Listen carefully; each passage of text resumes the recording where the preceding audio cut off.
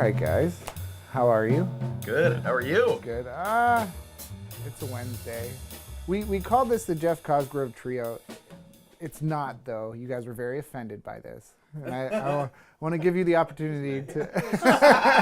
It's him. No, he was offended. So can you guys each introduce yourselves? And Sure. I'm Jeff Cosgrove, the drummer. I'm Mark Leischer, bass player. I'm Brad Lindy, saxophone player. now, how do you call on them a lot to play? A lot. We do a lot of stuff together, and Mark and I have been playing together for, what, like 10 years now, something like that, yeah. And then Brad... and About 5 years. About 5 years, yeah, Since something 2013. like that. Yeah. How did you all meet? I met Mark through guitarist Mike Geller, who just left town, and he recommended Mark to a gig. I was looking for a bass player, as my usual bass player at the time was unavailable. And he said, "Oh, have you heard this guy Mark?" And I said, "No." And then now I'm shackled with him everywhere I go. Do you guys? I know, Jeff, you have another job per se other than music. Do you guys have any other jobs outside of music? Sort of. I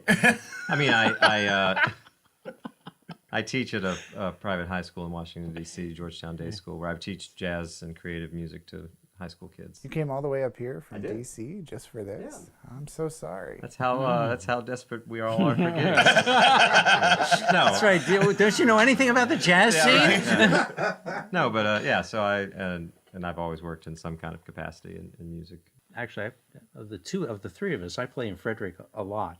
Yeah, a lot more than either of us, I think. Restaurants downtown. Do you have any other projects? Well, I play with the Monocacy Jazz Quartet. I see that name everywhere. I know we're everywhere. We're like some sort of weird fungus that just has grown into the various cracks and crevices of the Frederick jazz community, and now they can't scrub us out. Well, I'm glad you brought that up because the Frederick jazz community is something to actually talk about here. I mean, is it something that you guys think is doing well? Is it a community that's growing, thriving? Is there a huge one? Is there a small one? Do people know about jazz music in Frederick? Do you think it could be better? Those were like 10 rapid fire questions. So I think it could always be better. It could always grow.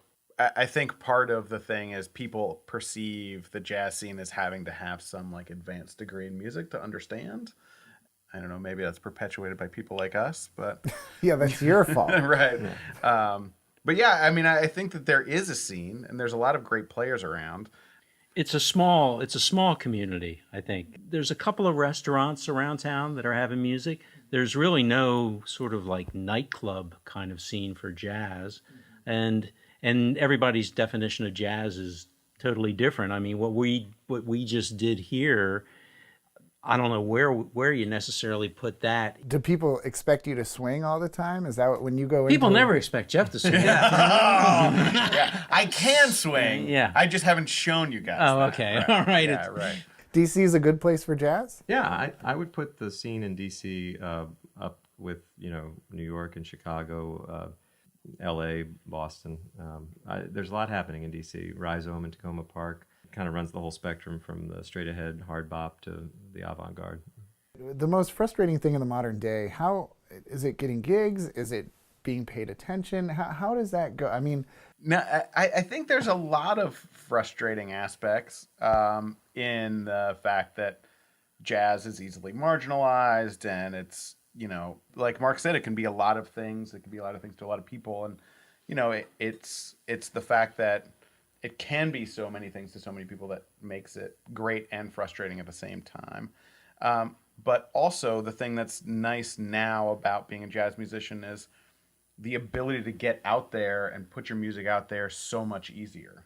Yeah, you have 2 releases coming out next year. We talked about you're going to do that digitally. Yep. And just to be fair, do you guys have anything that you guys are putting out next year? Well, he puts out stuff every 2 weeks. Yeah, it's kind of true. I have 2, kind of what we did tonight, 2 free jazz quartets that I recorded. So those are coming out next week, and we're doing a release show at Rhizome. And then I have a more commercial project, the Bohemian Caverns Jazz Orchestra, which is a 17-piece big band. But we have a CD coming out in January. There are actually jazz artists that have crossed over into kind of a pop realm, like Kasami. Yeah. Like all of that stuff there are people kind of noticing now, I think, more than in recent years. Do you guys think it's okay? Do you think it's got a good foundation to continue forward? I do. I mean, I think that anything that gets people to pay attention to the music and inspires them in some way is a good thing. You know, everybody can have their opinions on La La Land and Kwasami Washington and whatever, but it gets people to pay attention. And to me, that's an important thing. And, you know, I would love to say that I got hooked on jazz and some very overly complex, you know, Andrew Hill kind of stuff, but I didn't. You know, I started very basically. You know, I remember listening to, you know, Dave Brubeck and the Basie Band with my grandfather, you know, those kinds of things. And it just kind of evolved from there. And, you know, just having that door and whatever gets people in the door is to me a win. I think it'll always survive. It's always survived, but it keeps changing forms. You know, the music's almost 100 years, it's over 100 years old now. I think the people performing the music have to be tenacious and do it really for the love of it, because, again, all of us have some form of a day job. Mark's got the only job security in music, being a bass player. You always need a bass player. So good. That's such a good point. Remember that, kids. Well, I can't thank you guys enough for coming by. Thank you. Really, Thank you. this is really my favorite. Guys, everybody out there, learn to play instruments and love jazz music, right? Right, fellas? That's right. That's what Brad teaches all of us too. That's